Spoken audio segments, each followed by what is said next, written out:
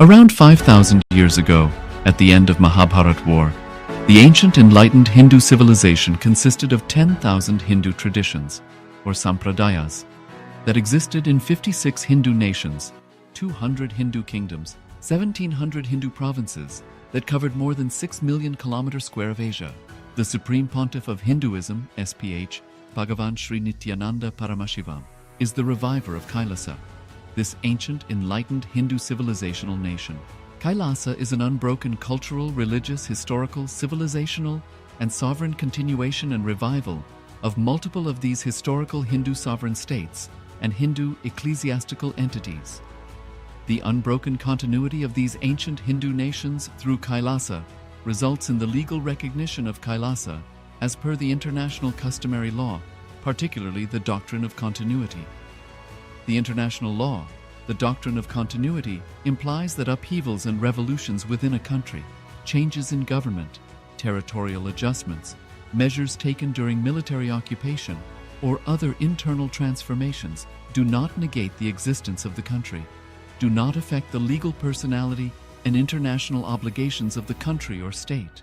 The Vienna Convention on Succession of States in Respect of Treaties, 1978, addresses these principles of the doctrine of continuity as it outlines international law during situation of state succession or continuation.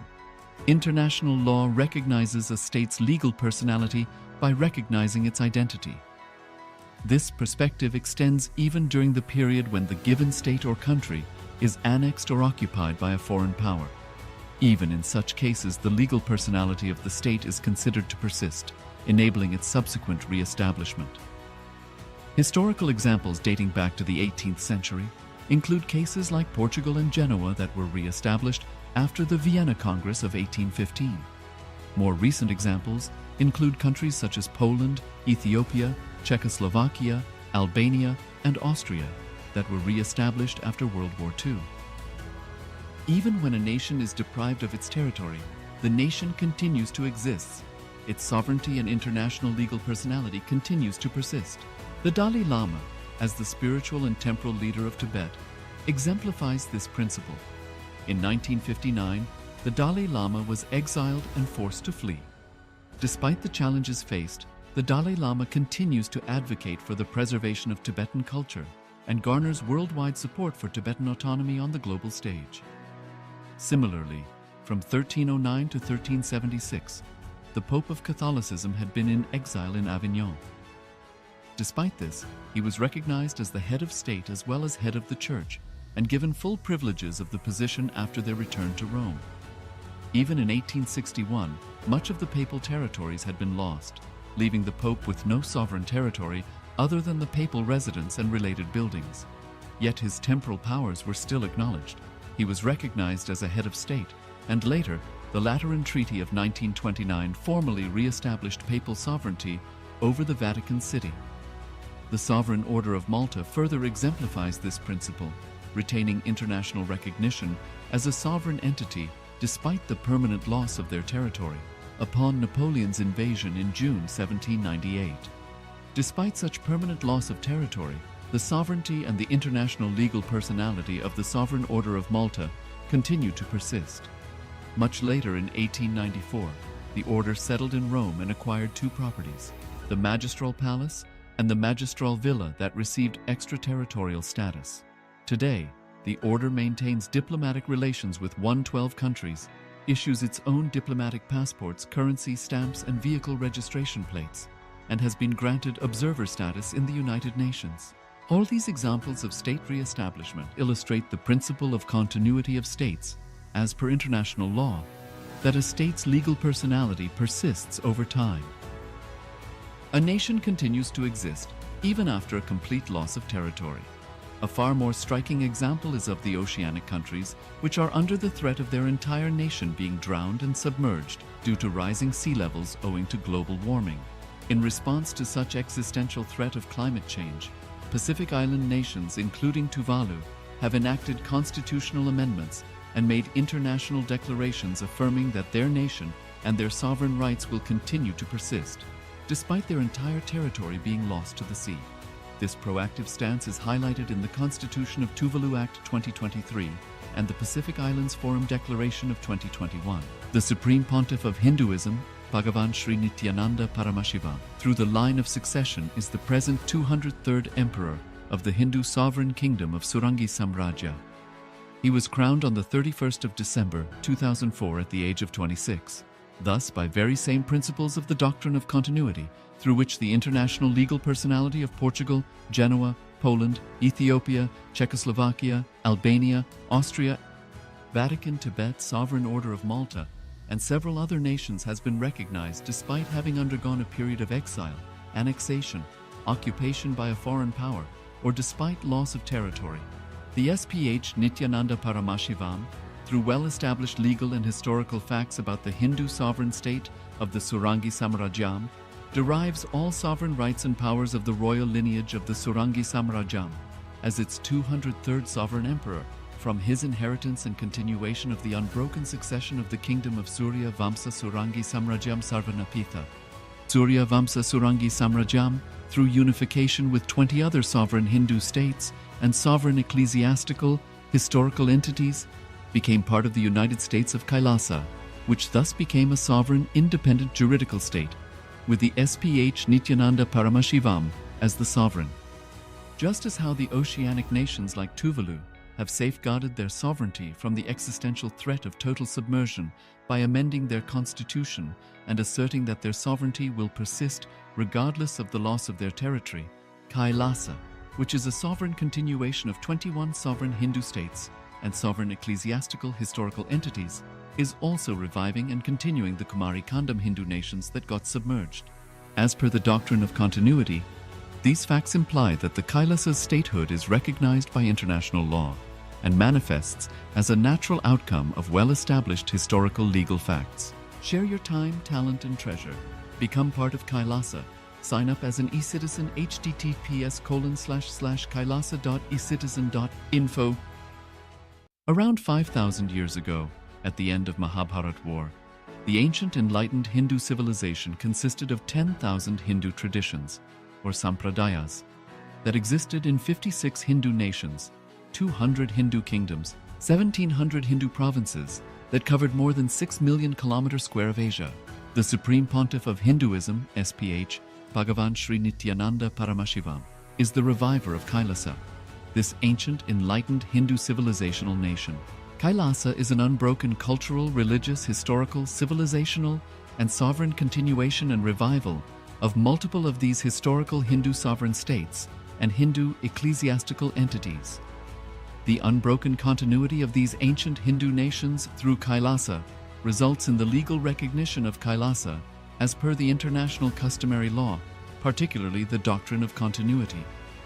The international law, the doctrine of continuity, implies that upheavals and revolutions within a country, changes in government, territorial adjustments, measures taken during military occupation, or other internal transformations do not negate the existence of the country, do not affect the legal personality and international obligations of the country or state. The Vienna Convention on Succession of States in respect of treaties, 1978, addresses these principles of the doctrine of continuity as it outlines international law during situation of state succession or continuation. International law recognizes a state's legal personality by recognizing its identity. This perspective extends even during the period when the given state or country is annexed or occupied by a foreign power. Even in such cases, the legal personality of the state is considered to persist, enabling its subsequent re-establishment. Historical examples dating back to the 18th century include cases like Portugal and Genoa that were re-established after the Vienna Congress of 1815. More recent examples include countries such as Poland, Ethiopia, Czechoslovakia, Albania, and Austria that were re-established after World War II. Even when a nation is deprived of its territory, the nation continues to exist.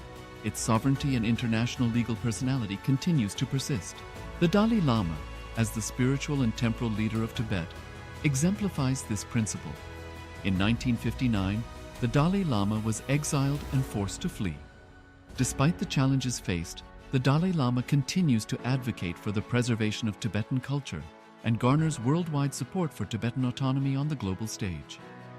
Similarly, from 1309 to 1376, the Pope of Catholicism had been in exile in Avignon.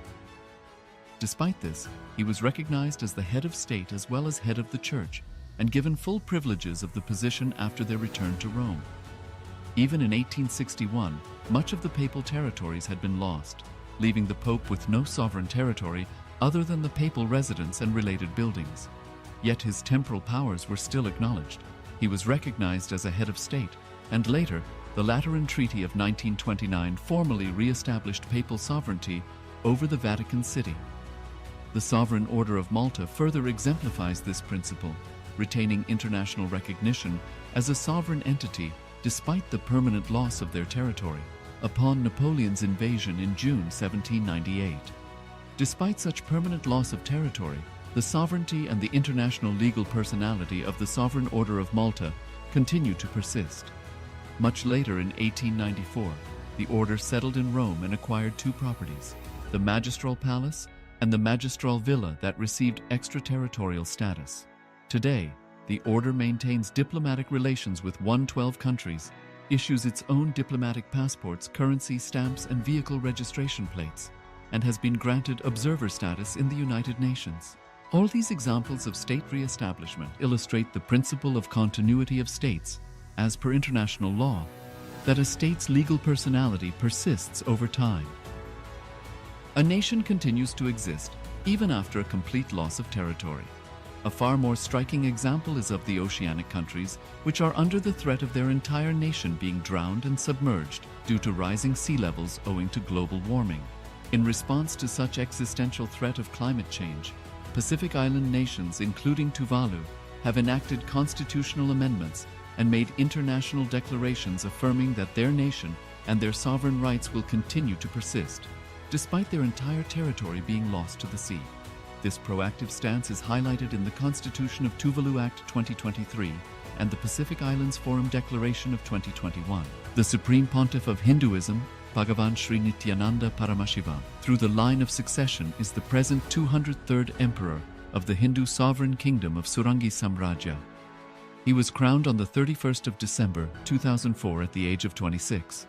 Thus, by very same principles of the doctrine of continuity, through which the international legal personality of Portugal, Genoa, Poland, Ethiopia, Czechoslovakia, Albania, Austria, Vatican, Tibet, Sovereign Order of Malta, and several other nations has been recognized despite having undergone a period of exile, annexation, occupation by a foreign power, or despite loss of territory. The SPH Nithyananda Paramashivoham, through well-established legal and historical facts about the Hindu sovereign state of the Surangi Samrajyam, derives all sovereign rights and powers of the royal lineage of the Surangi Samrajyam as its 203rd sovereign emperor, from his inheritance and continuation of the unbroken succession of the kingdom of Surya Vamsa Surangi Samrajyam Sarvanapitha. Surya Vamsa Surangi Samrajyam, through unification with 20 other sovereign Hindu states and sovereign ecclesiastical, historical entities, became part of the United States of KAILASA, which thus became a sovereign, independent juridical state, with the SPH Nithyananda Paramashivoham as the sovereign. Just as how the oceanic nations like Tuvalu have safeguarded their sovereignty from the existential threat of total submersion by amending their constitution and asserting that their sovereignty will persist regardless of the loss of their territory, KAILASA, which is a sovereign continuation of 21 sovereign Hindu states and sovereign ecclesiastical historical entities, is also reviving and continuing the Kumari Kandam Hindu nations that got submerged. As per the doctrine of continuity, these facts imply that the Kailasa's statehood is recognized by international law and manifests as a natural outcome of well-established historical legal facts. Share your time, talent, and treasure. Become part of Kailasa. Sign up as an eCitizen https://kailasa.ecitizen.info. Around 5,000 years ago, at the end of Mahabharat War, the ancient enlightened Hindu civilization consisted of 10,000 Hindu traditions, or sampradayas, that existed in 56 Hindu nations, 200 Hindu kingdoms, 1,700 Hindu provinces that covered more than 6 million kilometers square of Asia. The Supreme Pontiff of Hinduism, SPH, Bhagavan Sri Nithyananda Paramashivoham, is the reviver of Kailasa. this ancient, enlightened Hindu civilizational nation. Kailasa is an unbroken cultural, religious, historical, civilizational, and sovereign continuation and revival of multiple of these historical Hindu sovereign states and Hindu ecclesiastical entities. The unbroken continuity of these ancient Hindu nations through Kailasa results in the legal recognition of Kailasa as per the international customary law, particularly the doctrine of continuity.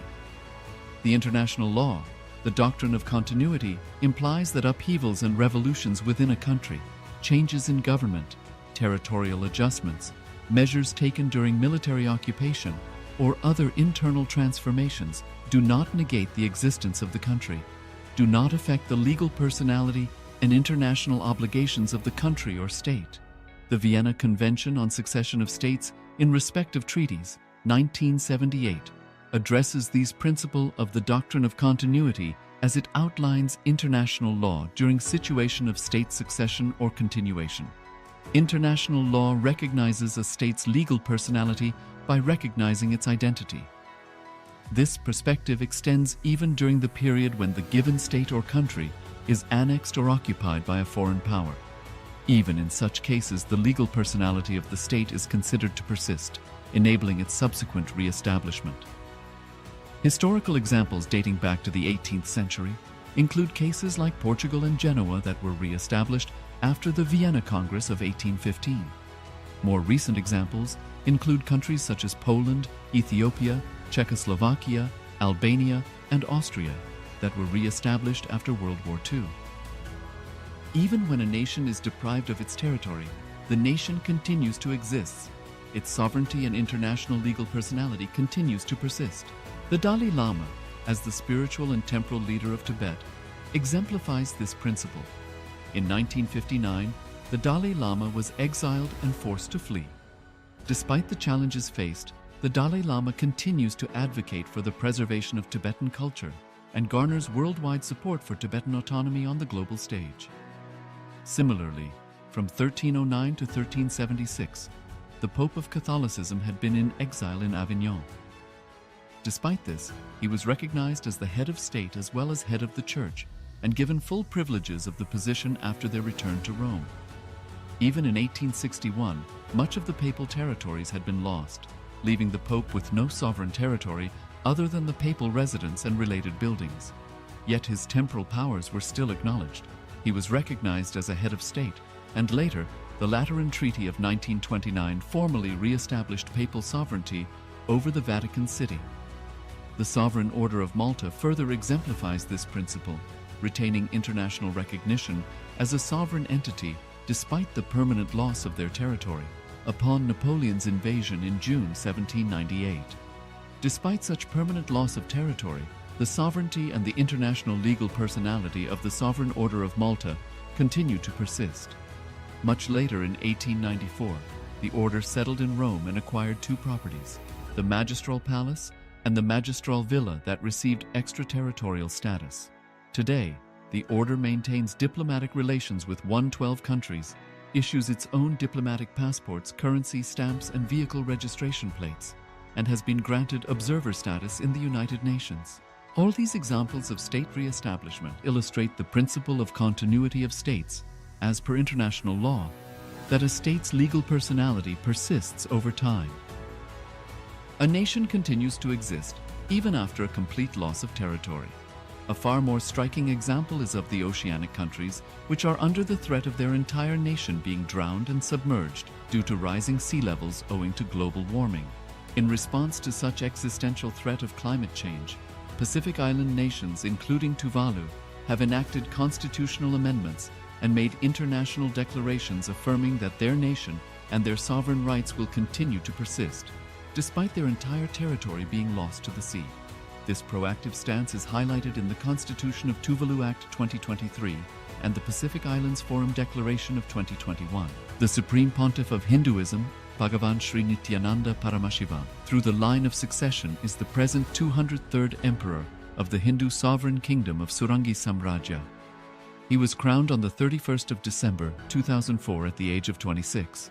Thus, by very same principles of the doctrine of continuity, through which the international legal personality of Portugal, Genoa, Poland, Ethiopia, Czechoslovakia, Albania, Austria, Vatican, Tibet, Sovereign Order of Malta, and several other nations has been recognized despite having undergone a period of exile, annexation, occupation by a foreign power, or despite loss of territory. The SPH Nithyananda Paramashivoham, through well-established legal and historical facts about the Hindu sovereign state of the Surangi Samrajyam, derives all sovereign rights and powers of the royal lineage of the Surangi Samrajyam as its 203rd sovereign emperor, from his inheritance and continuation of the unbroken succession of the kingdom of Surya Vamsa Surangi Samrajyam Sarvanapitha. Surya Vamsa Surangi Samrajyam, through unification with 20 other sovereign Hindu states and sovereign ecclesiastical, historical entities, became part of the United States of KAILASA, which thus became a sovereign, independent juridical state, with the SPH Nithyananda Paramashivoham as the sovereign. Just as how the oceanic nations like Tuvalu have safeguarded their sovereignty from the existential threat of total submersion by amending their constitution and asserting that their sovereignty will persist regardless of the loss of their territory, KAILASA, which is a sovereign continuation of 21 sovereign Hindu states and sovereign ecclesiastical historical entities, is also reviving and continuing the Kumari Kandam Hindu nations that got submerged. As per the doctrine of continuity, these facts imply that the Kailasa's statehood is recognized by international law and manifests as a natural outcome of well-established historical legal facts. Share your time, talent, and treasure. Become part of KAILASA. Sign up as an e-citizen https://kailasa.ecitizen.info.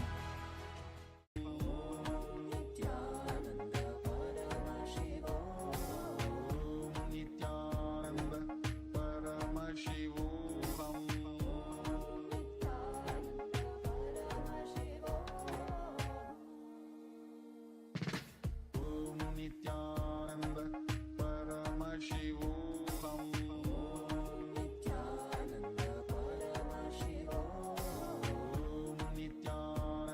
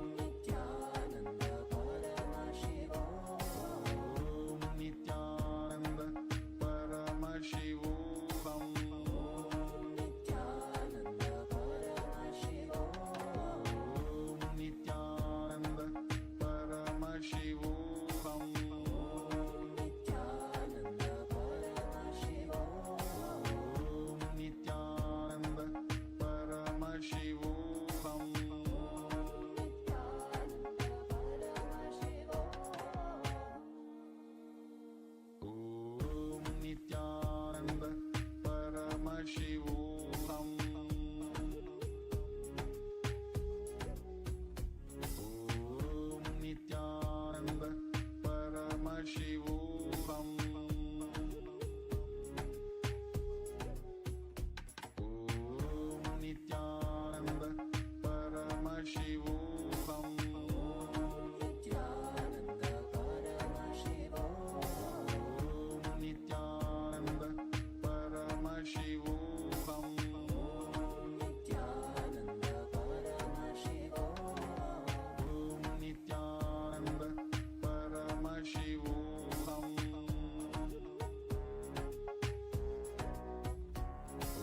Om Nithyananda Paramashivoham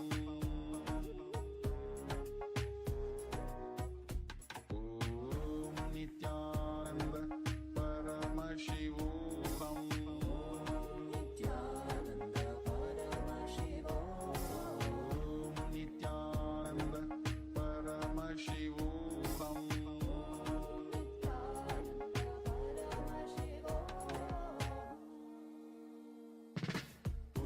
Nithyananda Paramashivoham Om Nithyananda Paramashivoham Nithyananda Paramashivoham Om Nithyananda Paramashivoham Nithyananda Paramashivoham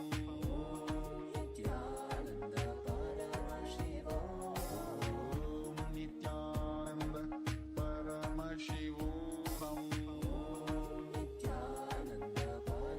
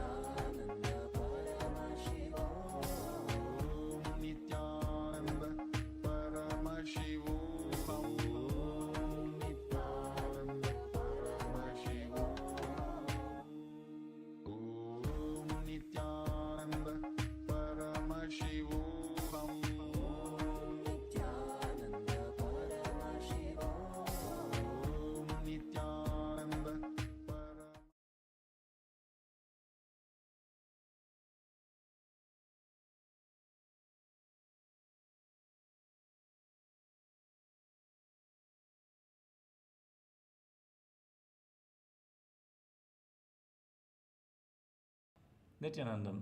We welcome all the Paramashivoham program participants to the first session of the day, Nithyananda Yoga. We're going to perform the Pratama Vinyasa Krama 108 and the Dvitiya Vinyasa Krama 308 asana sequences. Requesting all the yoga participants to please settle down on your yoga mats, have your Panchavatam and a dharni ready, 1 cup and a spoon and some water for the ritualistic cleansing. Apply Vibhuti and Kumkum on your forehead. Wear the Abharanam, the Rudraksha Mala, and please be seated in a comfortable cross-legged position with your head, neck and spine in a straight line. Bring your hands in Namaskara Mudra in front of your heart center. Close your eyes.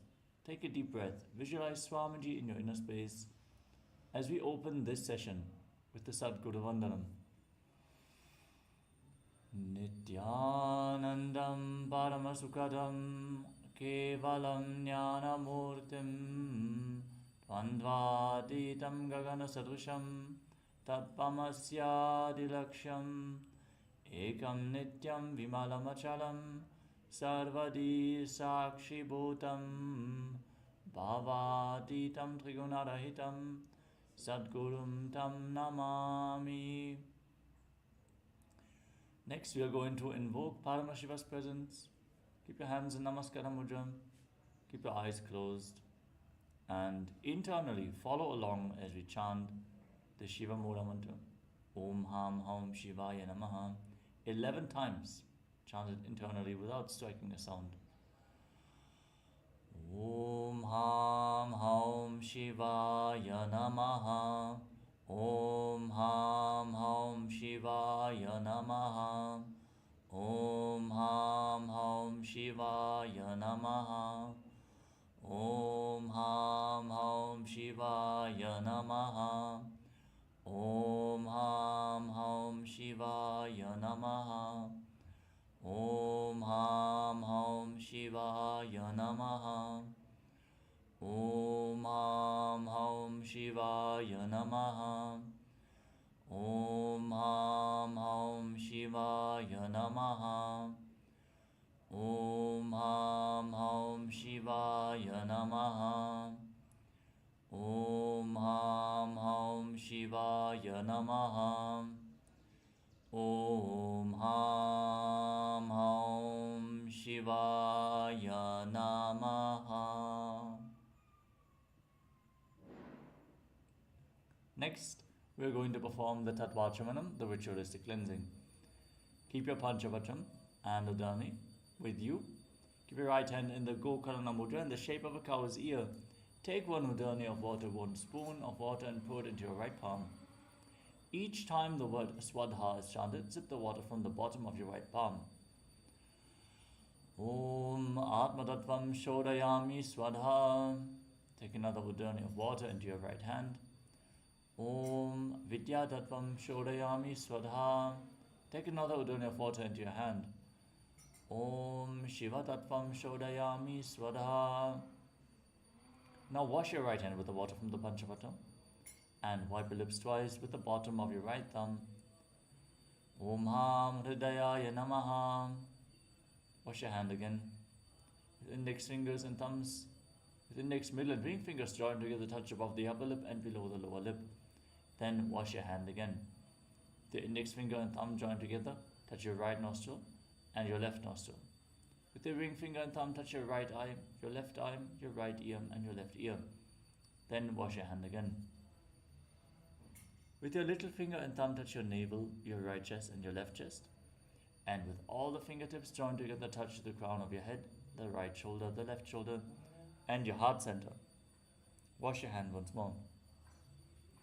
Then place your right hand over your left, clasp your hands and place them on the right thigh.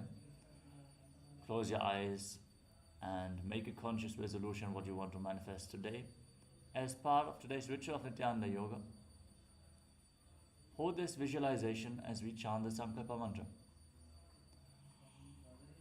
Om Mamopata Samasta Duritakshayatwara Bhagavad Shri Nithyananda Paramashiva Prityatam Shri Nithyanandeshwari Paramashiva Shakti Sametam Shri Nithyanandeshwara Paramashiva Prityatam Cha Adya Purvogda Evam Guna Visheshena Vishishtayam Asyam Shupatitau Purna Arogya Yukta Dridagatra Yogida Sharira Sityatam Paramashiva Shakti Avishkaranartham Nithyananda Yoga Pyasam Karishye.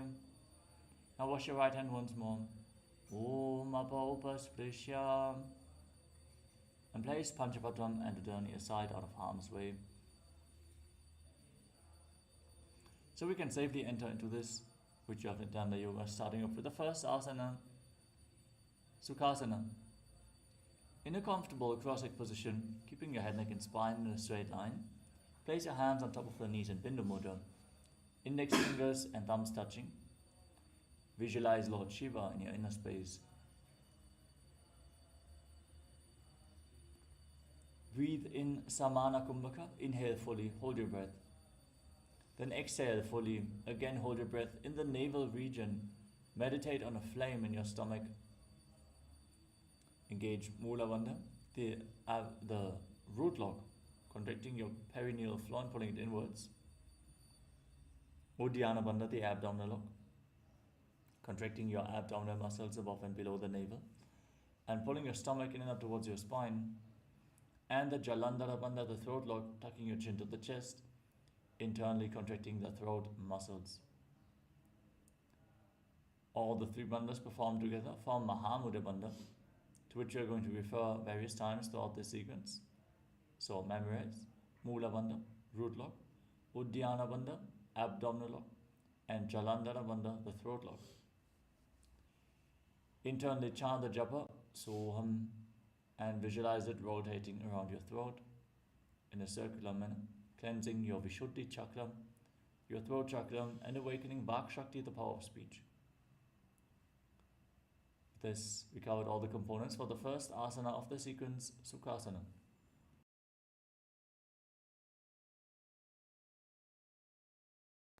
Sukhasana.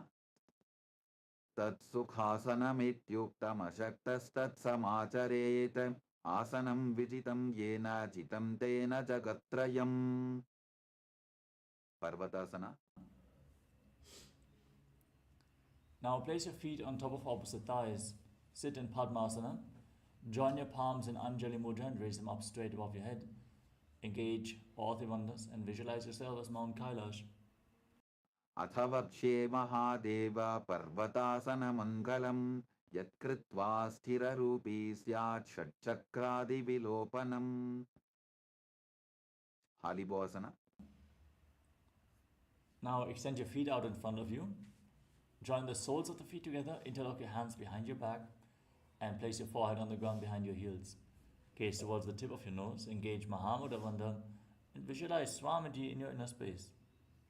Purava Vidhiyahu me jano ubhai pagathali samputatano Vishtupache dobu karalyavo dachina karso vam gahavo. Nadi Bhavasana. Now extend your arms out in front, cup your palms and place them on the ground in front of your feet.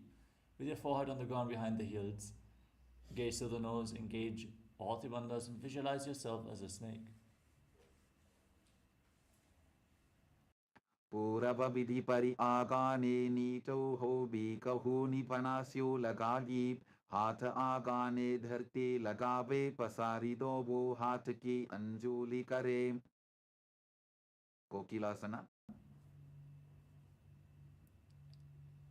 Now extend index and middle fingers and hold on to little and ring fingers with your thumb in Prana Mudra. Hold on to your big toes, extend your legs forward and up, and then cross them into Padmasana and lean forward and down onto your elbows. Engage Mahamudra Bandha, all the bandhas, and visualize yourself as a bird.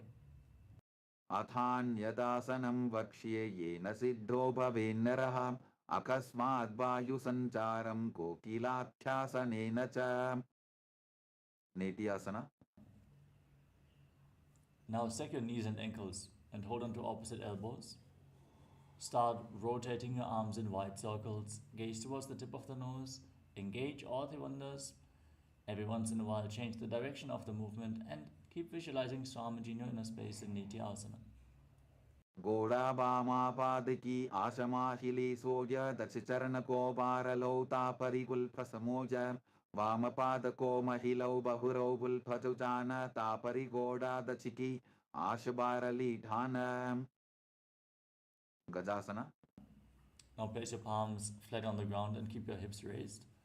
Scoop your head and chest forward and down. Pull your stomach in and up in Uddiyana Bandha, the abdominal lock. Visualizing yourself as an elephant. न्युज्जं पादाग्रे भूमौ कृत्वा लम्बी भूयामस्तकाग्रे निधाय नितम्बम् ऊर्ध्वमुन्नमय्य नाभिलक्ष्यं भूमौ नासिकामानीय. वृक्षासना.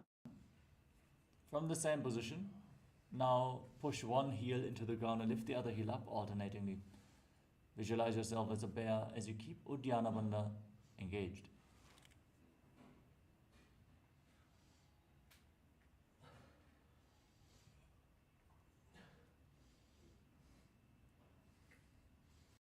एकैकं पादमापुञ्ज्य गजासनं कुर्यात् वृक्षासनं भवति. वैश्यासना. Now rise up onto the tips of your big toes if you can. Bring your hands in front of the chest in Hridaya Mudra with index, middle and ring fingers joined together. Engage Uddiyana Bandha and visualize Swamiji in Vaishyasana.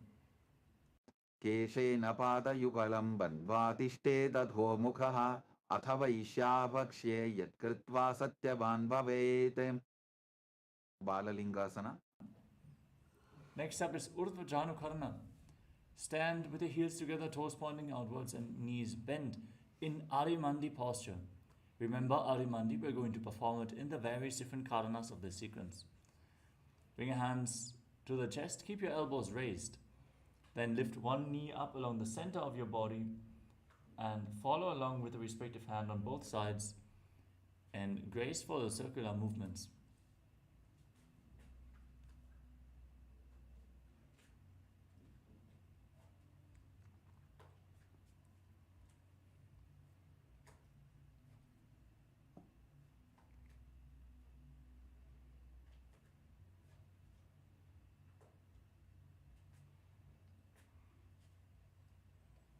Next up is Bala Lingasana.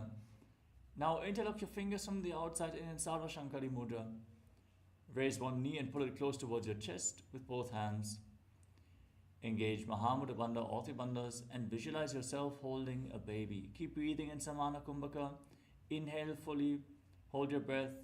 Exhale fully, hold your breath and meditate on the flame in your navel. Internally chant the japa Soham continuously without striking a sound. एकं जानु उरसि आलिङ्ग्य स्थातव्यं बाललिङ्गनं भवति. पादपीडनासना. Now pull the foot behind towards your buttocks with the hands interlocked in Parashu Mudra. Engage Mahamudra Bandha or Bandhas. Root lock, abdominal lock and throat lock as you visualize Swamiji in Parapitanasana. स्थित्वैकस्मिन् पादतले कराभ्यां वेष्टयेत्तनं पृष्ठे संस्थाप्य यत्नेन पादपीडनमासनं. नटराजासना. Now hold the sole of the foot from the inside and kick the leg back and up as you extend the other hand forward in Bindu Mudra, index finger and thumb together. Visualize yourself as Lord Nataraja in Natarajasana. उत्तानपादं क्रौञ्चं च मरीचिं वीरभद्रकं नटराजं त्रिकोणं च सुप्तान्बुष्टप्रसारणे. बाललिङ्गासना. Now repeat Balalingasana on the other side. Pull the other knee up towards your chest with your hands interlocked from the outside in. Contract your perineal floor. Pull your stomach in and up and lock your throat as you visualize yourself holding a baby. एकं जानु उरसि आलिङ्ग्य स्थातव्यं बाललिङ्गरं भवति. पादपीडनासना.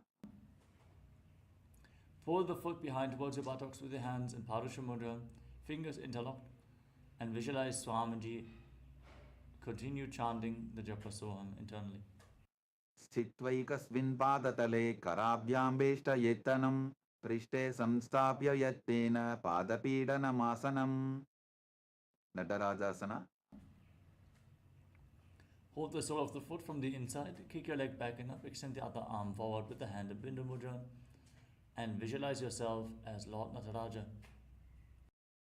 उत्तानपादं क्रौञ्चं च मरीचिं वीरभद्रकं नटराजं त्रिकोणं च सुप्ताङ्गुष्ठप्रसारणे ताडासना.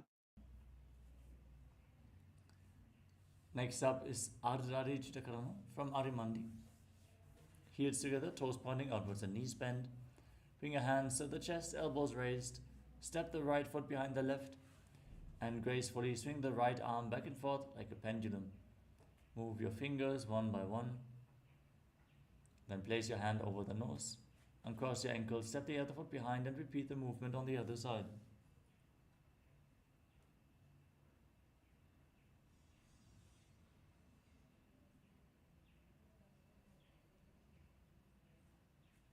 Moving on to the skeleton dance. Now visualize yourself as a skeleton and shake your body intensely. Move every single bone of your body without any patterns, without any rhythm. Just dance wildly while visualizing that you are a skeleton. Just visualize your bone structure. No muscles, no tissue, just bones. Move all the bones.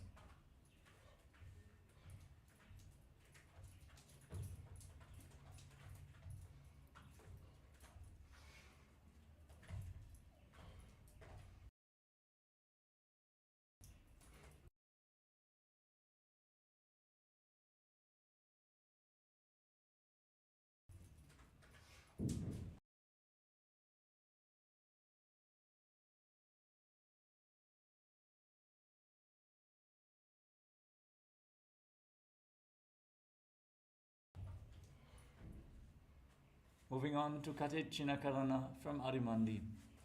Cross your arms over top of your head and rotate your body to one side. Open up your arms. Then cross them back as you return to the center. Open your arms up to the other side again and again in Karana. Om Nithyananda Paramashivoham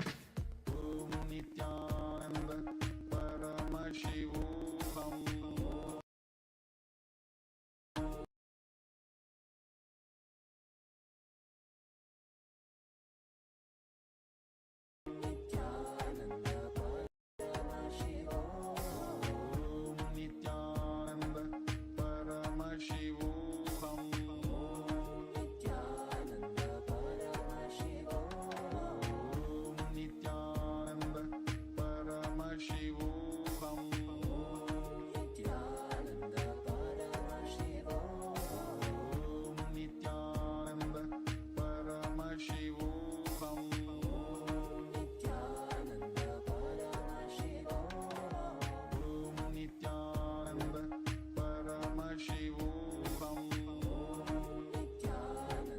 Nithyananda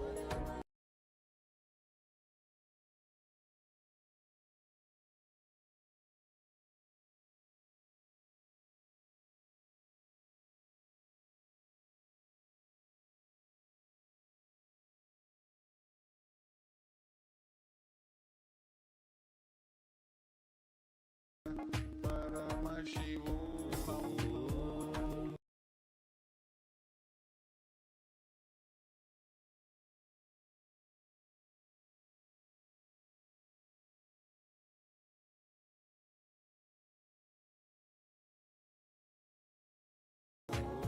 Nithyananda Paramashivoham Nithyananda Paramashivoham Nithyananda Paramashivoham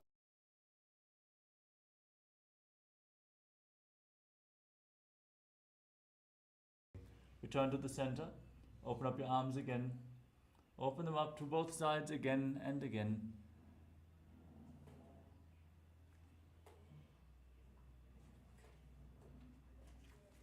Moving on to Tadasana. Now stand on the tips of your toes. Raise your arms up parallel above your head. Engage Mahamudra Bandha. Visualize yourself as a palm tree and internally chant the Nujapa Shivoham. महामुद्राबद्धकोनौ ताडासनविभेदकान् विनोत्तानं सदा कुर्यादन्तर्वत्नीपतिप्रियाम् उत्तानासना. Now lean forward and down and place your palms on the mat. Engage Mahamudra Bandha, all three bandhas. And visualize Swamiji in your inner space in Uttanasana. महामुद्राबद्धकोनौ ताडासनविभेदकान् विनोत्तानं सदा कुर्यादन्तर्वत्नीपतिप्रियाम् तरक्ष्वासना. Now walk your hands forward and step your feet back into a tall plank position.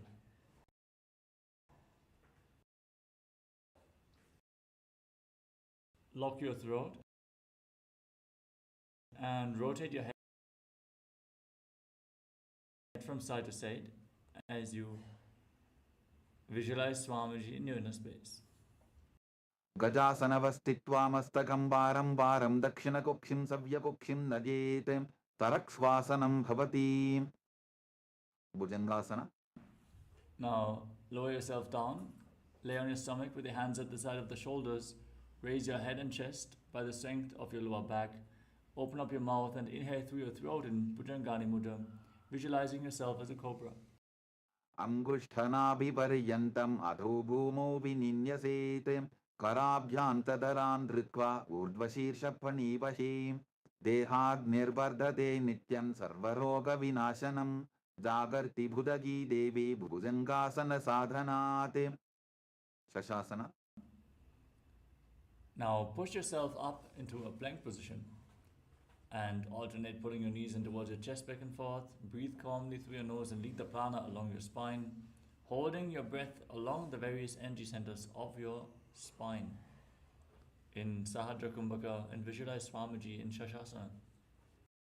गजासन संस्थितौ जानुद्वयमापुञ्च वारं वारं कर्तव्यं शशासनं भवति. रथासना.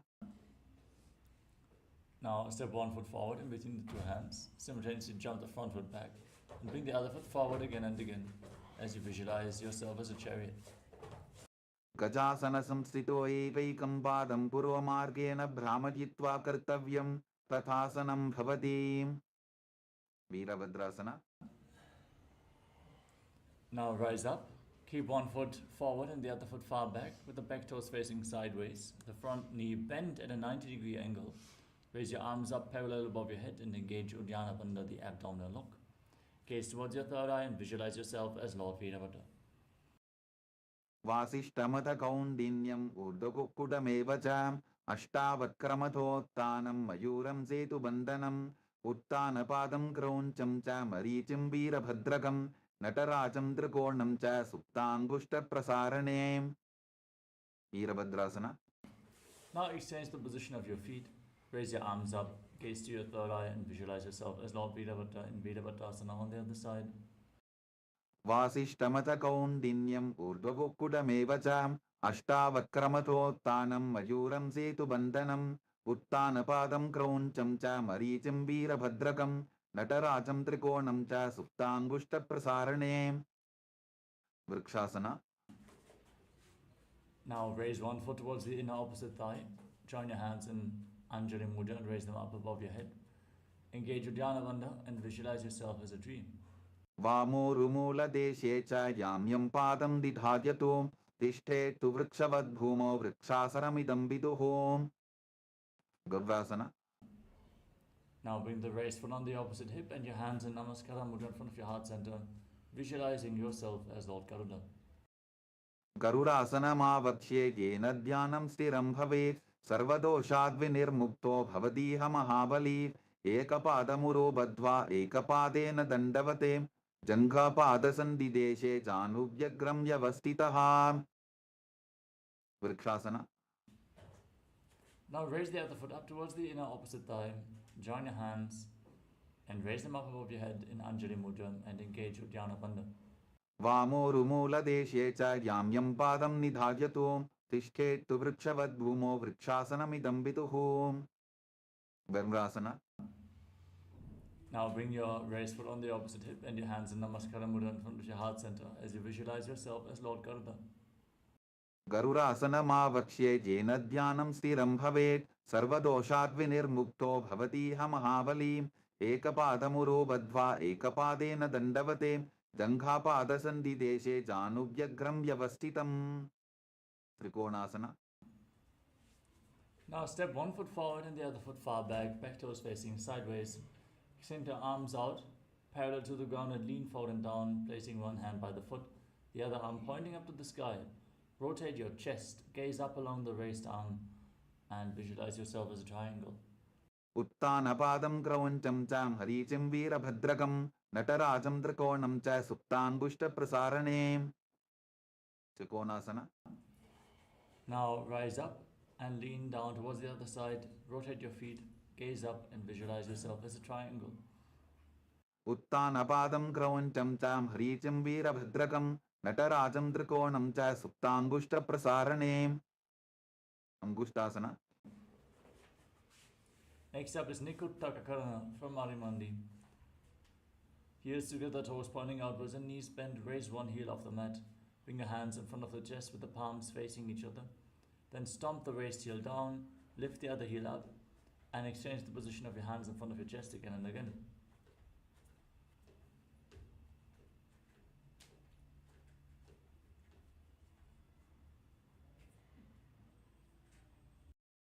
कबन्धासनमित्याहुः गोरक्षासनमेव च अंगुष्ठमुष्टिकं न्येयं ब्रह्मप्रासादितं तथा. Now squat down, raise your heels off the mat and sit on the heels. Keep your toes tucked, knees off the ground, joint together as you bring your hands in Namaskara Mudra in front of your heart center. Visualize Swamiji in your inner space and start buzzing like a bee on the inhalation and exhalation in Brahmari Kumbhaka. Internally chant the new japa Sadashivoham in Angushtasana.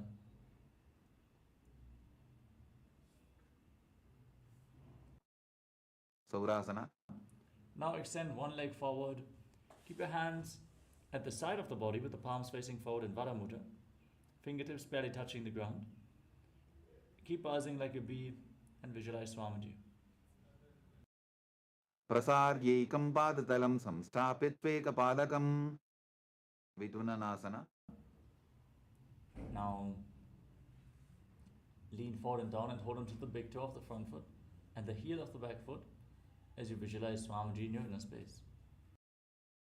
गुल्फस्थितौ पादमेकं प्रसार्य तत्पादाग्रं संस्पृशेत् तत्करेण गुल्फं चान्यं धारयेत् तत्करेण धूनं बेढं चाभ्यसेत् चोभयत्र सौरासना. Now exchange the position of your feet. Step the other foot forward. Hands at the side of the body. Palms facing forward. Vara Mudra. and visualize Swamiji in your inner space. प्रसार्यैकं पादतलं संस्थाप्य त्वेकपादकम् विदुननासना. Now lean forward and down and hold onto the big toe of the front foot and the back heel and visualize Swamiji as you keep buzzing like a bee. गुल्फस्थितो पादमेकं प्रसाद्य तत्पादाग्रं संस्पृशेत् तत्करेण गुल्फञ्जान्यं धारयेत् तत्करेण धूनं पीठं ताभ्यसेत् चोभयत्र ब्रह्मचुरं कुशासना. Now step both feet in towards your body. Keep your knees raised off the ground and sit on raised heels. Separate your knees and place your hands on top with the palms facing up. Lock your throat and gaze towards the gap between the palms as you visualize Swamiji in your inner space. दोबू फणा पानी होए वैसे AD तो बुदानी वैसे कोरबकतल्या की माहिली Ayush माहेरा शेमिली कपिलासना. Now drop your knees down, keep your toes tucked and sit on raised heels. Place your hands on your thighs and gaze towards your nose. Pull your stomach in and up in Uddiyana Bandha and visualize yourself as Sage Kapila Muni. उभय बकथली समठहरावे तिनको माहिली core मिलावे फना पानी cooker होए वैसे AD दोबू जोनी निवैसे भद्र कोरकासना. Now shift your gaze up towards your third eye. Hold the body posture and visualize Swamiji.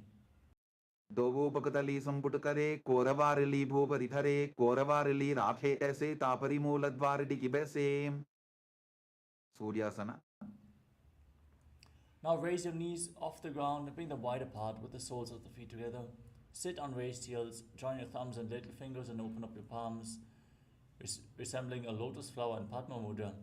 Raise your arms up straight above your head, gaze up through the gap between the palms, pull your stomach in and up, and visualize Lord Surya in your inner space. एडी दोबू बुता दरियाने फना पानी बैठक पुनिठाने गोड़ा जंगा अधर करी रहे आड़े वाम इसी विधि कहे मंडुकासना. Now place your knees and the top of the feet flat on the mat, with your toes touching behind your back. Place your hands on the knees, gaze to your third eye. Press your tongue up against the palate of your mouth, Mandukya Mudra, and breathe calmly through your nose in Sahadra Kumbhaka, leading the prana along your spine as you visualize yourself as a frog. पादतलौ पृष्ठदेशे अंगुष्ठे द्वे च संस्पृशेत् जानु युग्मं पुरस्कृत्य साधयेन्मण्डुकासनम् उत्तानमण्डुकासना. Now raise your arms up, cross them behind your back and hold on to opposite shoulders. Pull your stomach in and up in Uddiyana Bandha and press your tongue up, gaze to your third eye and visualize yourself as a frog. मण्डुकासन मध्यस्थं कोर्पराभ्यां धृतं शिरः एतद्भ्येकवदुत्तानम् एतदुत्तानमण्डुकम् सिंहासना. Now cross your feet and sit on raised heels. Place your hands on the knees, gaze towards the tip of the nose, stick your tongue out and exhale forcefully through your mouth again and again as you visualize yourself as a lion. दक्षिणं सव्यपुल्फेन दक्षिणेन तथेतरं हस्तौश्च जान्गो संस्थाप्य स्वाङ्गुलीश्च प्रसार्य च भद्रासना. Now bring your knees wide apart, join the soles of the feet together with the toes pointing backwards. Cross your arms behind your back as you sit on your heels and hold on to opposite big toes in Prana Mudra. Lock your throat in Jalandhara Bandha, gaze to the nose, visualize Swamiji, and once more start buzzing like a bee on inhalation and exhalation in Bhadrasana. गुल्फौ तवृषणस्याधोऽभ्युत्क्रमेण समाहितः पादाङ्गुष्ठौ कराभ्यां च धृत्वा च पृष्ठदेशतः काकभुसन्ध्यासना. Now place your feet flat on the mat and keep your knees raised. Bring your arms in between the legs and wrap them around behind your back. Try to interlock your fingers behind your back in Parashva Mudra as you gaze to the tip of the nose and visualize yourself as a crow. प्रथमे बेसकोकड़ठाने Dogu हाथपकं वीच आने तिनको मोडिनल्या परिल्यावे पिष्टपछे काकसी करावे कानीपोआसना. Now place your palms on the ground in front of you. Bring your knees onto your arms towards your armpits. Lean forward, find balance. Lift your feet off the mat and visualize yourself. Visualize Swamiji in your inner space. आसन को गुण आशीर्षिता होगी तो आची होई. Kapalyasana. Now place your head on the ground, forming a triangle between your head and your hands. Bring your knees onto your elbows, your hips above your shoulders, and then kick your legs up into a headstand. Lean against the wall for support if needed as you gaze to your nose and visualize Swamiji still buzzing like a bee in Brahmani Kumbhaka. शीश शीशा धरती टेकी पबदो वो मिलिवा ऊंचा भुकरे. Parshvamayurasana. Now gently lower your legs down and come to a squatting position with your palms on the ground in front of you. Rotate your body, align one knee and the respective hip with your elbows, lean forward, find balance and extend your legs out at the side. Lifting your body off the ground, gaze to your third eye and visualize yourself as a peacock. Mayuram dandavat kuryan mayuram dandanamakam kuryan mayuram parshvabhyam mayura parshvanamakam. Parshvamayurasana. Now twist your body in the opposite direction, lean forward onto your elbows and extend your legs out to the side as you gaze to your third eye and visualize yourself as a beautiful peacock. Mayuram dandavat kuryan mayuram dandanamakam kuryan mayuram parshvabhyam mayura parshvanamakam. Bahiraganathasana. Now walk your hands forward, step one foot outside the respective shoulder in between the two hands. Push your hip forward. Lift your head and chest and gaze up towards your third eye. Visualize yourself as Lord Kala Bhairava in Bhairaganathasana. Asana ko guna piti jayi. Bahiraganathasana. Now exchange the position of your feet. Step the other foot forward. Raise your head and gaze up, visualizing yourself as Lord Kala Bhairava. Asana ko guna piti jayi. Unmukha Bidasana. Now step both feet back. Try to bring your heels to the ground and then place your forearms on the mat. Lift your head and gaze up towards your third eye as you visualize Swamiji in your inner space. Breathe in Rechaka Kumbhaka. Exhale slowly and deeply and then hold your breath after each exhalation. Bhunnistau januni hastau chadushpadama manguham uttapitangri ubala katistalam abhiruka. Vasishtasana. Now rise back up onto your hands. Rotate your body and lift one arm up to the sky. Gaze up along the raised arm and visualize yourself as Sage Vashishta. Urdhva kukkuta vasishta maricha hala matsyakam parivrittim chodrasya vibitham dhanurasanam. Vasishtasana. Now rotate your body in the opposite direction. Repeat Vashishtasana on the other side. Urdhva kukkuta vasishta maricha hala matsyakam parivrittim chodrasya vibitham dhanurasanam. Anjaniyasana. Now come to a seated position with your legs extended forward.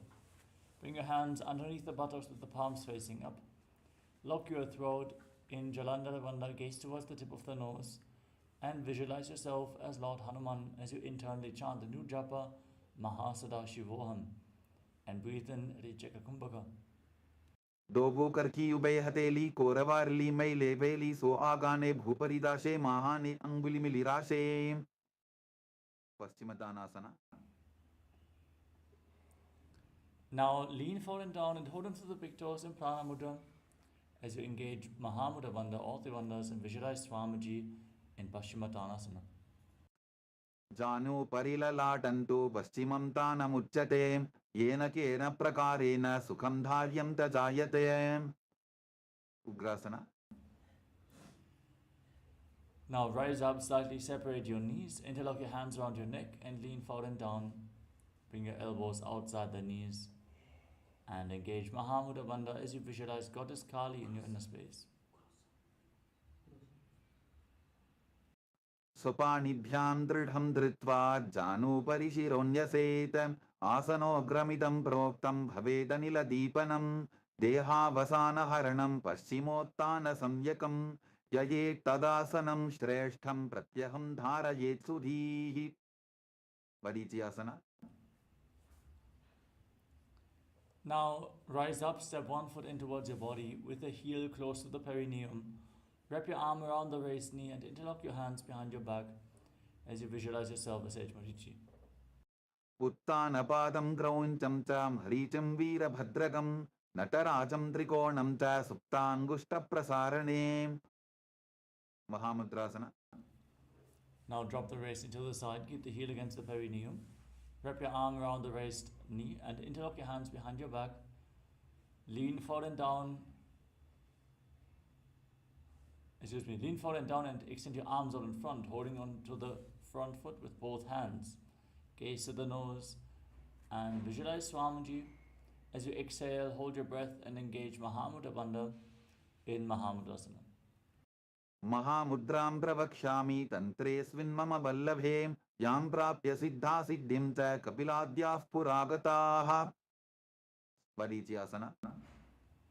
Now rise up, exchange the position of your feet. Step the other foot in towards your perineum with the knee raised. Wrap your arms around, interlock your hands behind your back and lean forward and down, visualizing yourself as Marichi.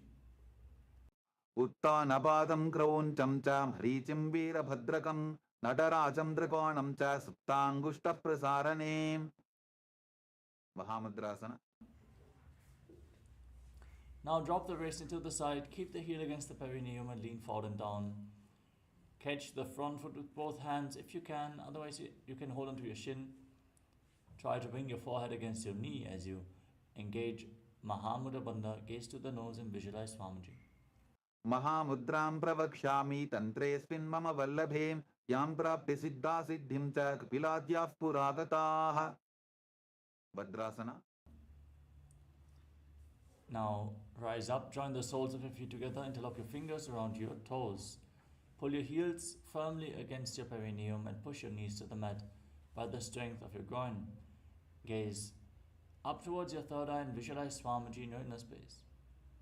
गुल्फौ तवृषणस्यादः सीवन्त्याः पार्श्वयोः क्षिपेत् पादपार्श्वे तु पाणिभ्यां दृढं बद्ध्वा सुनिश्चरम् Valipavasana. Now slightly extend your feet away from your body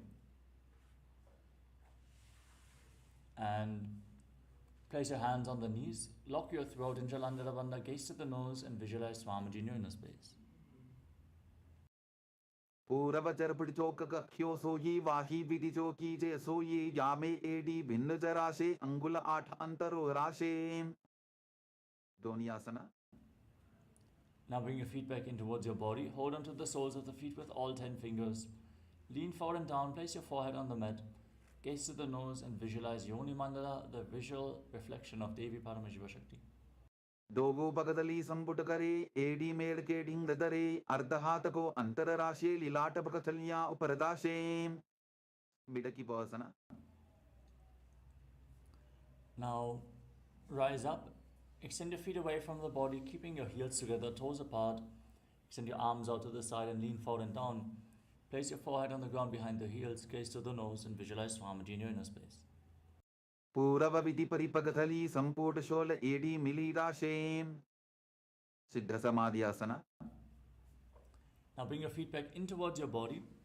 With your toes together, heels apart, scoop your hands below the shins with the palms facing up and place your face on the mat in front of your toes with your toes against your throat. Gaze to the nose and visualize Lord Surya in your inner space. दोगो पगदली संपुट करे सोले मेढ़ आगा मेधरे अंगुल आठ अंतरो राशे AD को ऐसे विदिदाशे Chiniki Pavasana. Now bring your feet in towards your body. Hold onto the soles of the feet and open them up like a book, pressing your elbows down onto your thighs. Try to bring your knees to the ground, gaze to the nose and visualize Swamiji in Chiniki Pavasana. दोगो पका की AD धरती मगिवा मेढ़ रगावे Starbra Chokasana. With the soles of the feet together, heels firmly pressed against your perineum, place your hands on the respective knees and gently push them down to the mat. Engage Uddiyana Bandha, pull your stomach in and up and gaze towards your third eye as you visualize Swamiji in your inner space. दोगो पगदली संपुट धारे आवाने कैजारे पसारे गोरा भूसो लगता राशे हाथ दोगो गोरा परिदाशे भैरवासना. Now, Rotate your feet. Raise your heels off the mat and bring the toes down with the soles of the feet together. Push your knees to the mat and place your hands on top in Bindu Mudra. As you gaze to your third eye and visualize yourself as Lord Kalabhairava. गुल्फौ सम्पीड्य चान्योन्यं विक्रमेणोत्थितं शनैः जान्वोः पार्श्वगतौ हस्तौ दण्डवद्भैरवासनम् समानासना. Now, bring one heel against your perineum and lift the other foot up towards your chest with both hands. Gaze towards your third eye and visualize Swamiji in Samanasana. समानासनमावक्ष्ये सिद्धमन्त्रादिसाधनात् एकपादमरो दत्त्वा गुह्योऽन्यलिङ्गवक्त्रके. उपानासना. Now, lift the leg over your shoulder and extend your opposite leg forward and up. Keep your hands at the side for balance and gaze towards your third eye. Visualize Swamiji in your inner space. केवलं पादमेकञ्च स्कन्धे चारोपे यत्ततः एकपादेन गगने तिष्ठेत दण्डवक्त्रभो. समानासना. Now, exchange the position of your feet. Lift the other foot towards your chest. Gaze to your third eye and visualize Swamiji. समानासनमावक्ष्ये सिद्धमन्त्रादिसाधनात् एकपादमरो दत्त्वा गुह्योऽन्यलिङ्गवक्त्रके. अपानासना. Now lift the leg up over top of your shoulder and keep your hands down on the ground at the side of your body as you extend the opposite leg forward and up. Gaze towards your third eye and visualize Swamiji. केवलं पादमेकञ्च स्कन्धे चारोपे यत्ततः एकपादेन गगने तिष्ठेत दण्डवक्त्रभो. वोमखासना. Now stick your knees in front and keep your feet outside opposite hips. Interlock your fingers and place them on the top knee as you gaze to your nose and visualize the face of a cow in Gomukhasana. Breathe in Sheetkari Kumbhaka. Hiss through your teeth on the inhalation. Exhale through your nose and internally chant the new japa Om Nithyananda. सव्ये दक्षिणबुल्फन्तो पृष्ठपार्श्वेन योजयेत् दक्षिणेति तथा सव्यं गोमुखं गोमुखं यथा. अनसूयासना. Now hold onto your big toes in Prana Mudra. Engage Uddiyana Bandha. Gaze to the nose and visualize yourself as Rishikana Surya. दक्षिण कोटो नीचो ठाने बाबों ताके ऊपर आने गोड़ा संधि मिलावे भारी आड़ा पदबुनी दे संधि पसारी. अनुसूयासना 2. Now interlock your hands behind your back and lean forward and down. Bring your chin over the knees. Try to touch your nose to the mat. Gaze to the nose and visualize yourself as Rishikana Surya. जीमना कोदा की संधि उपरिडा बागोड़ा की संधि मिलाई राशे गोड़ा से उले पकतल्यालो आरवाई सुधा राशे. गर्वासना 2. Now place the right foot flat on the mat and bring the left heel against your perineum. Place your hands on the respective knees. Gaze to your nose and visualize yourself as Lord Garuda. डावो बकमोड़ी येडी बाहिला बुल्फमूल द्वारनी सैदे.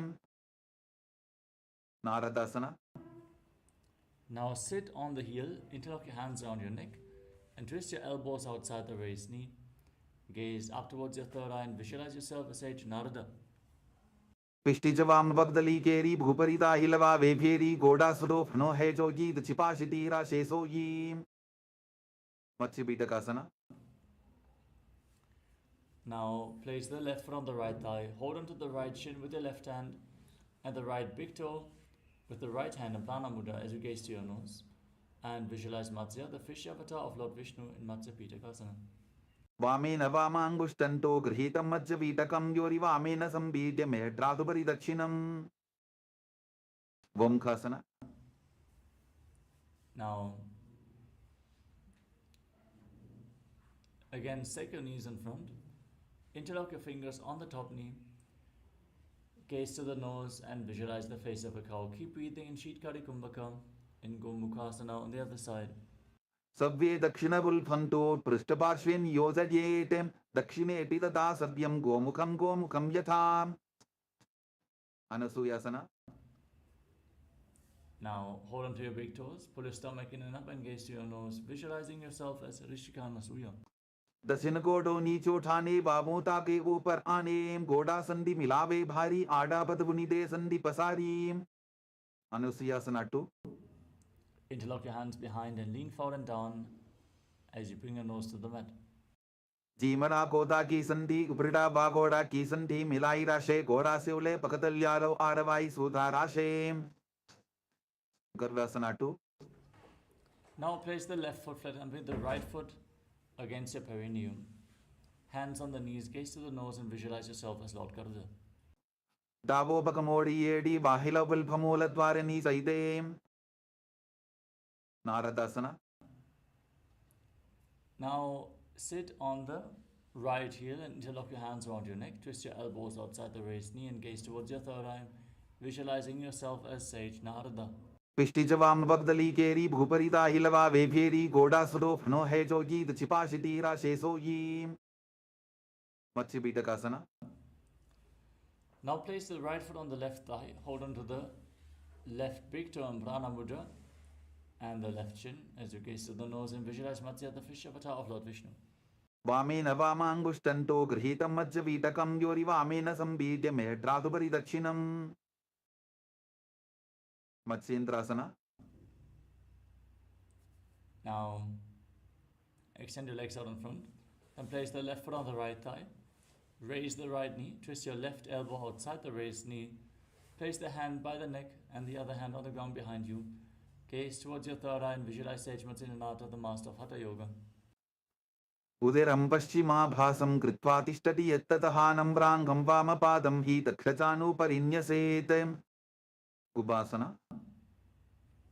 Now extend your front hand down towards the foot, elbow outside the raised knee and hold onto the big toe in Prana Mudra.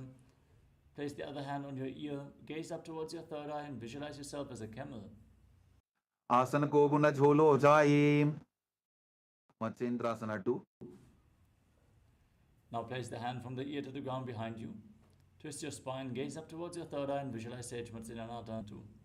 वत्सेन्द्रपीठं दडर प्रदीप्तिं प्रचण्डर पन्दल खण्डनास्त्रम् अभ्यासत kundalini प्रबोधं दण्डस्थिरत्वं हि ददाति पुंसाम् मत्स्येन्द्रासना Exchange the position of your legs. Place the right foot on the left thigh. Twist your right elbow outside the raised knee and place the left hand on the ground behind you. Gaze to your third eye and visualize Sage Nithyananda, the master of Hatha Yoga. उदिरं पश्चिमाभासं कृत्वा तिष्ठति यत्ततः नम्राङ्गं वामपादं हि दक्षचानुपरिन्यसेत् उपासना Now extend the front hand down towards the foot and hold onto the big toe in Prana Mudra. Place the other hand on your ear, gaze towards your third eye and visualize yourself as a camel. आसन को गुण झोलो जाए मत्स्येन्द्रासना 2 Now place your hand on the ground behind you, twist your spine even more, gaze to your third eye and visualize Sage Nithyananda.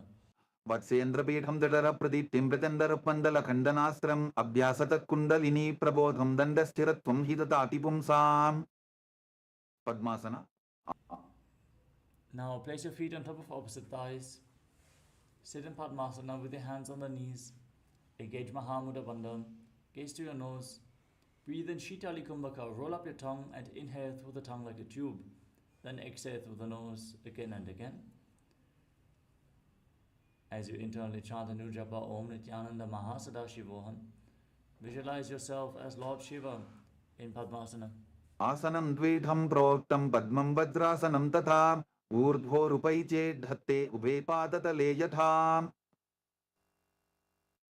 Padmasana 2 Now maintain Padmasana, cross your arms in front of your body and hold on to the respective big toes in Prana Mudra. Gaze to the nose and visualize yourself as Goddess Parvati in Padmasana 2. उत्तानौ चरणौ कृत्वा ऊरु संस्थौ प्रयत्ततः ऊरु मध्ये तथोत्तानो पानी कृत्वा तु तादृशो कुक्कुटासना Now bring your hands through your legs, place your palms on the mat and lift your entire body off the ground as you visualize yourself as a rooster. Breathe calmly through your nose in Sahadra Kumbhaka in Kukkutasana. पद्मासनं सुसंस्थाप्य नान्वोरोरन्तरे करो निवेश्य भूमावासिष्ठे व्योमस्थः कुक्कुटासनः Baddhakekyasana. Now rise up onto your knees with your legs in Padmasana, palms on the ground in front of you, fingers pointing towards your body. Bring your elbows against your navel, lean forward and down and lift your body off the mat as you visualize Swamiji in your inner space.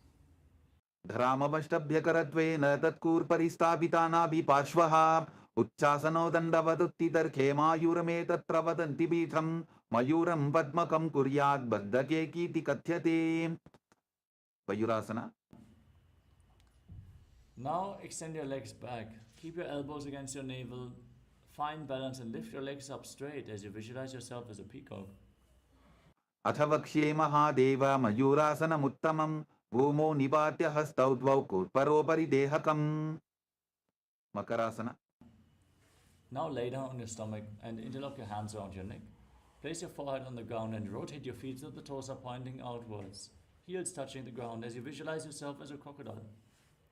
अध्यासशेदे हृदयं निधाय भूमौ च पादौ च प्रसाद्यमानो शिरश्च धृत्वा करदण्डयुग्मे देहाग्निकारं मकरासनं तत्. Salabhasana. Now place your hands on the ground at the side of the shoulders and lift your legs off the ground completely, visualizing yourself as a locust. Breathe calmly in Sahadra Kumbhaka in Shalabhasana. अध्यासशेदे करयुग्मवक्षो भूमिमवष्टभ्यकरयोस्तलाभ्यां पादौ च शून्ये च वितस्ति चोर्ध्वं वदन्ति पीठं शलभं मुनीन्द्राः. Ushtrasana. Now bend your knees and hold onto your feet. Firmly pull them down towards the ground outside your hips. As you try to touch the ground with your heels, visualize yourself as a camel. अध्यासशेते पदयुग्मव्यस्तं पृष्ठेति दायापि धृतं कराभ्याम् आकुञ्चयेत् सम्यक् उदरासेवाढमुष्ट्रञ्च पीठं योगिनो वदन्ति. Dhanurasana. Now firmly hold onto your feet, kick your legs back and up, and raise your head and chest, visualizing yourself as Pinaka, Lord Shiva's bow in Dhanurasana. प्रसाद्य पादौ भुविदण्डरूपौ करौ च पृष्ठे धृतपादयुग्मं कृत्वा धनुस्तुल्य विवर्तिताङ्गं निगद्य योगी धनुरासनं तत्. Barbasana. Now come to a kneeling position. Sit in between your heels with the toes touching behind your back. Place your hands on the respective knees and gaze towards your third eye as you breathe calmly through your nose in Sahadra Kumbhaka. Visualize Swamiji and internally chant Om Nithyananda Paramashivoham. उल्टा मोटी पावतो वैसे बहुरोचुविति करे एक ऐसे पावन महिला बुल्पुस होवु कुलापाशितीला वेसोवु. Gohyasana. Now place your forearms on the ground, elbow shoulder width apart. Interlock your fingers and place your head on the ground. Support your head with your hands. Gaze towards the tip of the nose as you lift your legs up. Keep your knees bent. Squeeze your body into a ball and try to touch your chin with your knees. Breathe in Sahadra Kumbhaka as you visualize Swamiji in your inner space. दोवो हाथ की कहुनी जोगी पुनः कलाई जाने दोयी. Shirasasana. Now extend your legs up straight into a headstand, leaning against the wall for support if needed. Gaze to your nose and visualize Swamiji. विपरीतं मण्डलं तद्विधैव विदितं हिनः दण्डासनं दिदा प्रोक्तं विपरीतोपवेशने. Kodyasana. Gently lower your legs down and come to a seated position with your legs extended forward. Hold onto your calves and lift them up in front of your face as you forcefully exhale again and again, like the bellows of a blacksmith, without focusing on the inhalation that will happen naturally. In Bhastrika Kumbhaka, visualize Swamiji in Podyasana. दोवो हाथ पक बाहर आने गोरा तरे काकसी ठाने अंगुष्ठ पिंडली लगता धरे चरण उभे आकाश दिशी करे. परिभासना. Now bring your hands behind your back, hold onto opposite shoulders, keep your legs raised, gaze to your third eye and visualize yourself as a maze. उत्तान शयनं कृत्वा पादौ मिलित्वा प्रसाद्य नितम्बं भूमौ स्पृष्ट्वा हस्ताभ्यां कन्दरां बद्ध्वा. नौकासना. Now extend your arms out in front, keep forcefully exhaling as you gaze to your third eye and visualize yourself as a boat. उत्तान शयनं कोट्पराभ्यां भूमिं वष्टद्य हस्तो नितम्बं निधाय. रुद्रासना. Now scoop your hands below the feet and pull them in towards your chest. Gaze to your nose and visualize yourself as Lord Rudra. Pagadali samkota kadi hatasya upaka uchaji pakaka angutha dobo levo parlikani talave. Unmukha Vitasana. Now lay on your back, place your feet flat on the mat, keep your knees raised and place your palms on the ground behind the heels. Push your hips off the ground and lock your throat. Hold your breath in Mocha Kumbhaka for a long time as you gaze to the nose and visualize Swamiji in Unmukha Pitasana too. Urdve tajanuni kritva shavitvordvamukham tatha uttapya hasto tishthetu peta unmukha namage. Savasana. Now lay down on your back. Keep your hands at the side of the body with the palms facing up. Forcefully pull the awakened Kundalini Shakti up along your spine from the Muladhara all the way to the Sahasrara Chakra. Relax. Completely unclutch from your physical body. Lay completely still. As you visualize your body is dead and Swamiji is liberating you, internally chant the Mahavakya. Om Nithyananda Paramashivoham in Shivasana.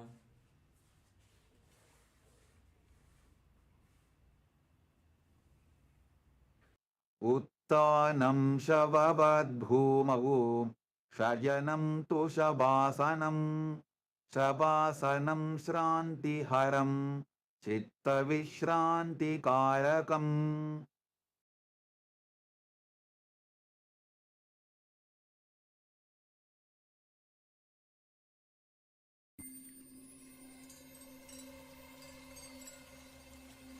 I welcome you all with my love and respect. Let you all open all your three eyes. Om Nithyananda Paramashivoham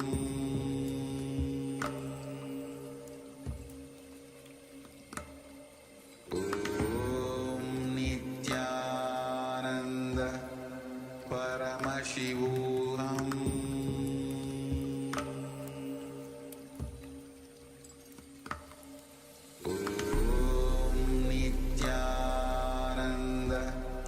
Paramashivoham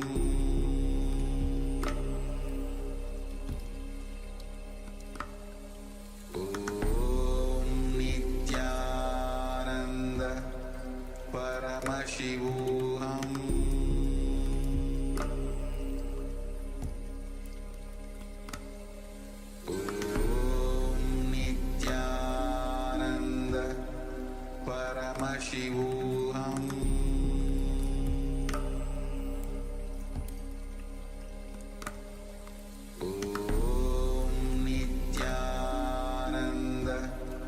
Paramashivoham Om Nithyananda Paramashivoham Om Nithyananda Paramashivoham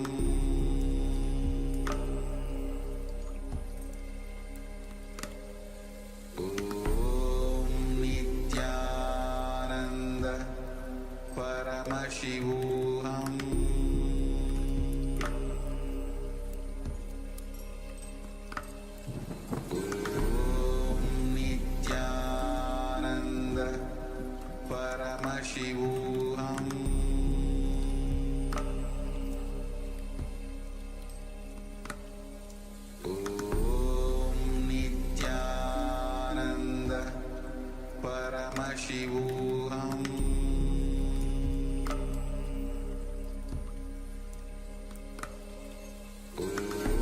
Om Nithyananda Paramashivoham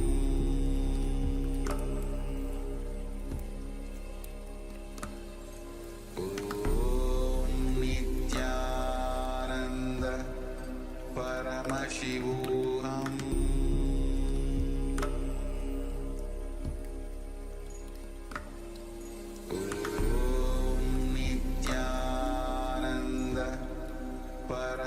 Paramashivoham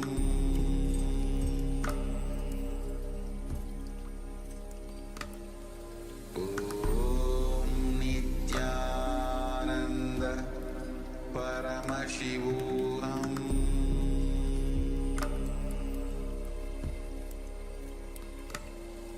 Om Nithyananda Paramashivoham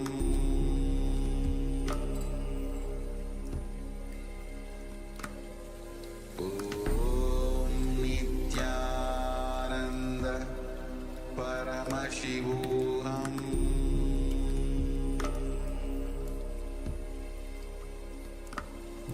Om Nithyananda Paramashivoham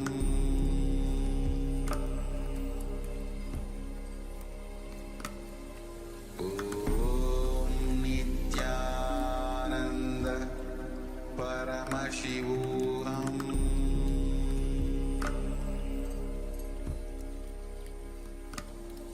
Om Nithyananda Paramashivoham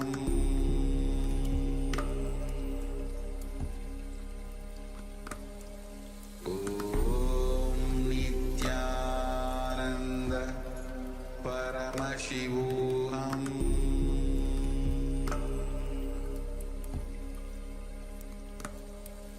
Om Nithyananda Paramashivoham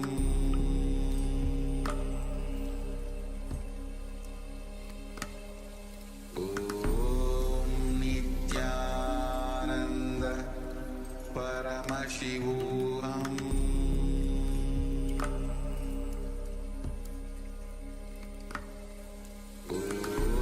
Om Nithyananda Paramashivoham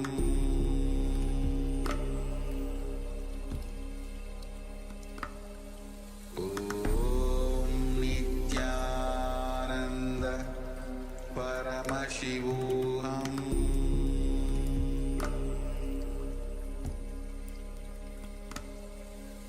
Om Nithyananda Paramashivoham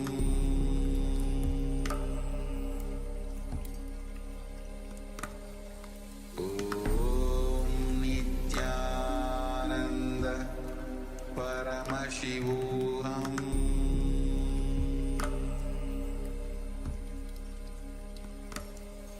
Om Nithyananda Paramashivoham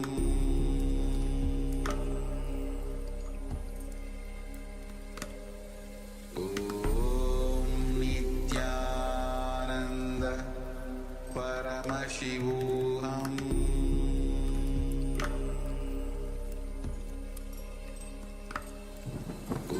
Om Nithyananda Paramashivoham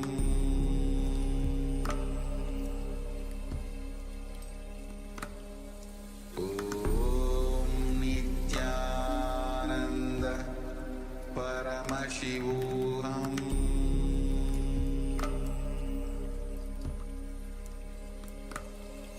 Om Nithyananda Paramashivoham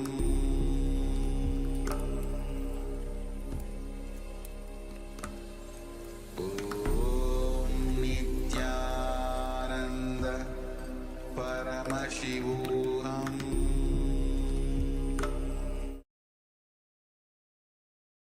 Now, slowly return to your physical body. Start to wiggle your fingers and toes. Rotate your wrists and your ankles. Move your arms and legs. Pull your knees up towards your chest and circle them with your arms. And rock your body from side to side as you slowly return to a comfortable seated position.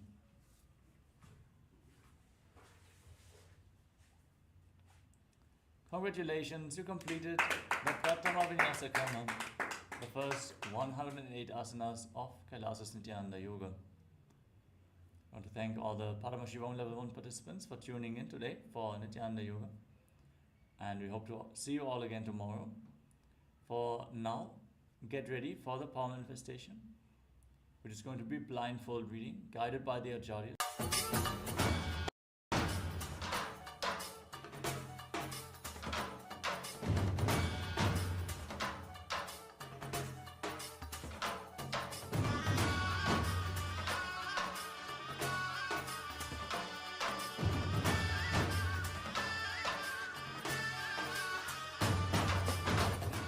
Today is the best day.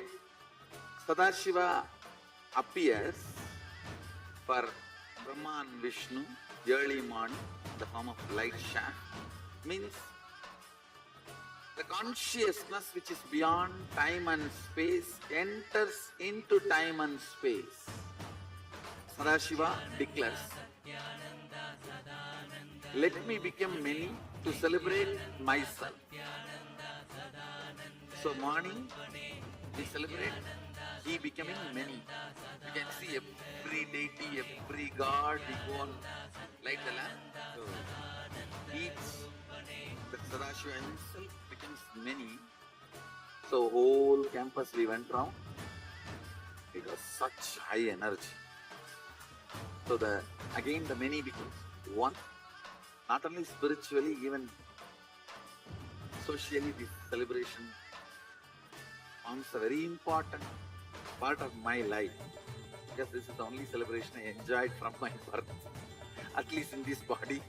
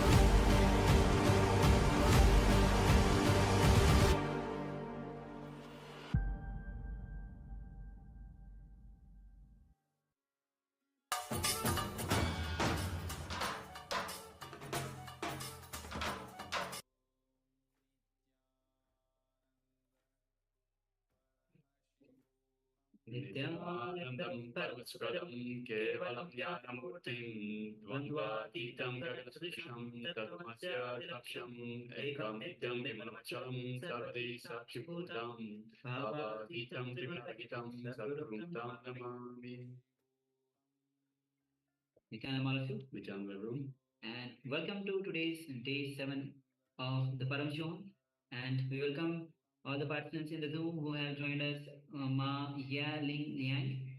We have Ma Amsavandani Nityanandam, and also we have Ma Rita Nityanandam. And also all the participants on the YouTube. Welcome all of you on today's day 7 of Paramashivoham.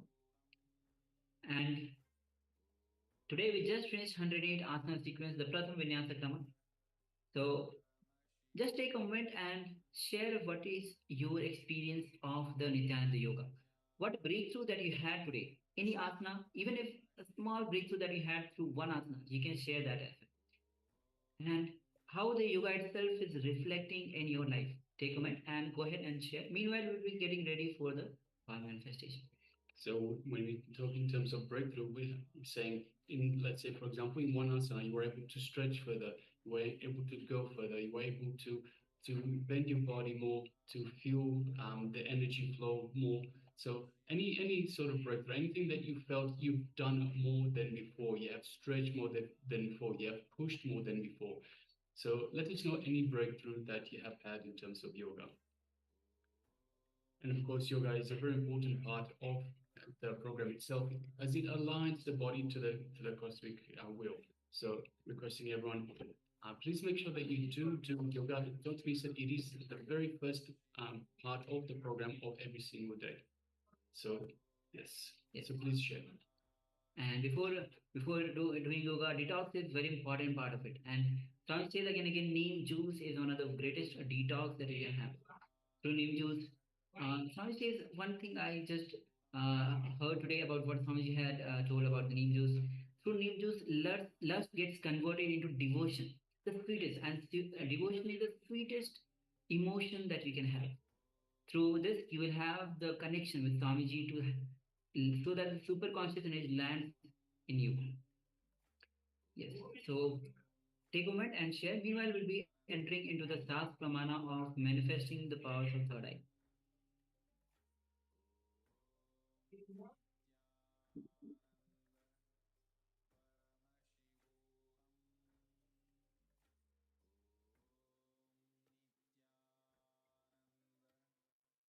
Yes, so the Shastra Pramana is the scriptural reference to manifest the powers of the third eye.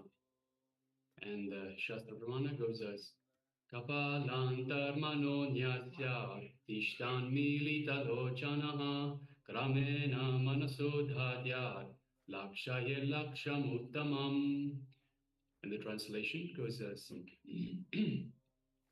by fixing the mind on the inner space within the crown center, sitting stably without any movement, having the eyes closed in succession by that stability of the mind and inner space.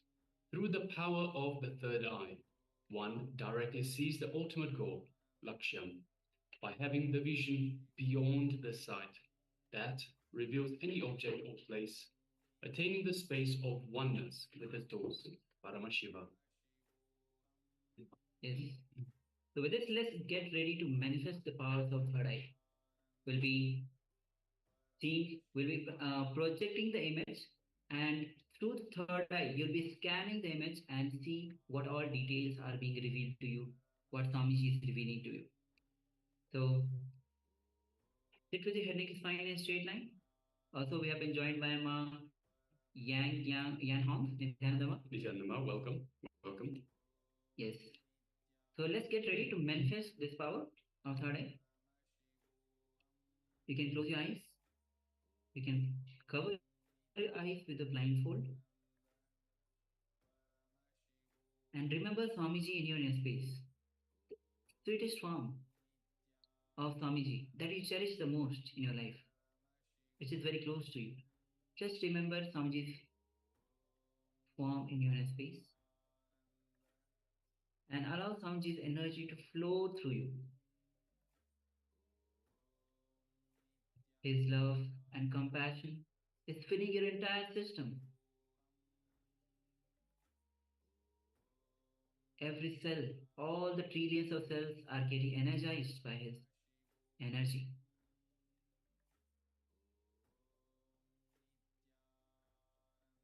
Take a moment to visualize where you're bubbling with Swamiji's energy.